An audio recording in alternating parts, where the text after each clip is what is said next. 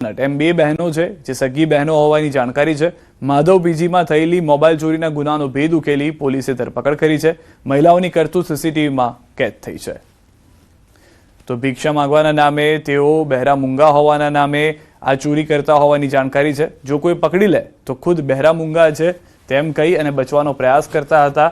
જો કોઈ પકડે નહીં તો ભિક્ષામાં મળેલી વસ્તુ છે અથવા ભિક્ષા લીધેલી છે તેમ સમજીને તેઓ ત્યાંથી વસ્તુ લઈ અને નીકળી જતા હતા। હાલમાં સમગ્ર ઘટના જે સીસીટીવીમાં કેદ થઈ ગઈ છે। રાજ્યમાં દારૂ ઘુસાડવાનું મોટું ષડયંત્ર ચાલી રહ્યું છે। દારૂ ઘુસાડવાની અનોખી મોડસ ઓપરેન્ડી છે। પેસેન્જરની સીટ નીચે દારૂ ગોઠવી હેરાફેરી કરાતી સ્લીપર સીટ નીચે દારૂની બોટલો ગોઠવી પોલીસે દારૂ પકડી પાડ્યો છે। પોલીસે દારૂ બિયરની 1957 બોટલ કબજે કરી છે। લક્ઝરી બસ અને મોબાઈલ ફોન પણ જપ્ત કરાયા છે। રાજસ્થાનના બે કુખ્યાત બુટલેગરોની પણ ધરપકડ કરવામાં આવી છે।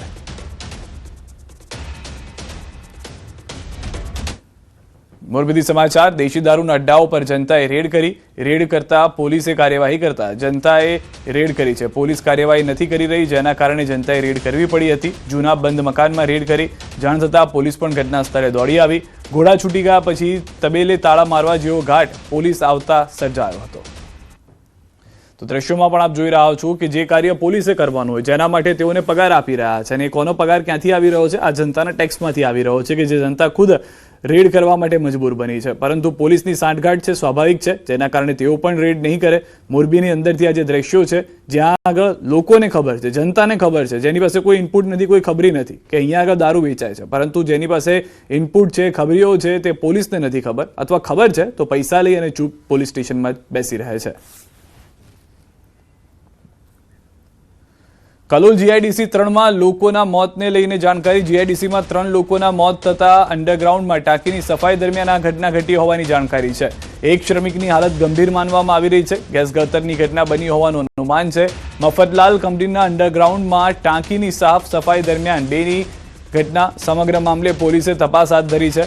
એફએસએલની મદદ લેવાની આવી રહી છે। પ્રાથમિક તારણ મુજબ ગેસ ગળતરની ઘટના બની હોવાનું અનુમાન છે।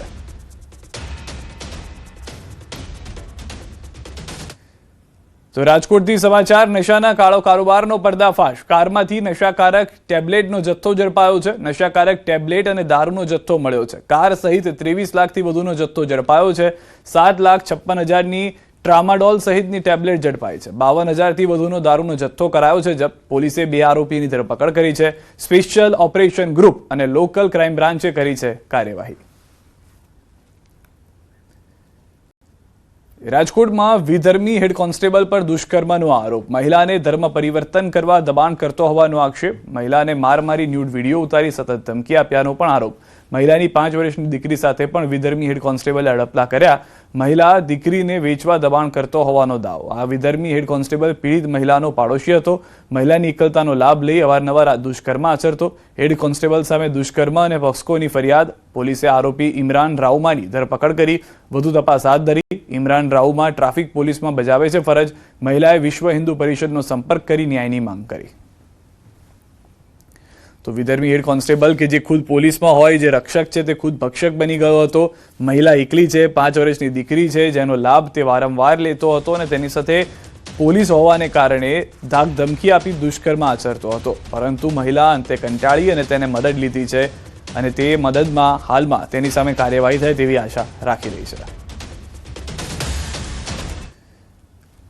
રાજ્યમાં આતંકવાદી અને દેશ વિરોધી પ્રવૃત્તિઓમાં ટેકનોલોજી અને સેકન્ડ હેન્ડ વાહનોના દુરુપયોગની વધતી આશંકાને ધ્યાનમાં રાખીને હવે સુરત પોલીસ અને એટીએસ એક્શનમાં આવ્યા છે।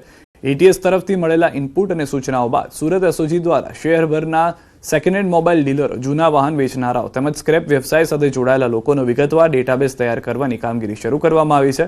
પોલીસ તંત્રનું માનવું છે કે છેલ્લા કેટલાક સમયથી ગુનાખોરીમાં ઉપયોગમાં લેવાતા મોબાઈલ ફોન અને વાહનો ઘણીવાર નકલી ઓળખ અથવા યોગ્ય દસ્તાવેજો વગર ખરીદ વેચાણ થકી આરોપીઓ સુધી પહોંચી રહ્યા છે।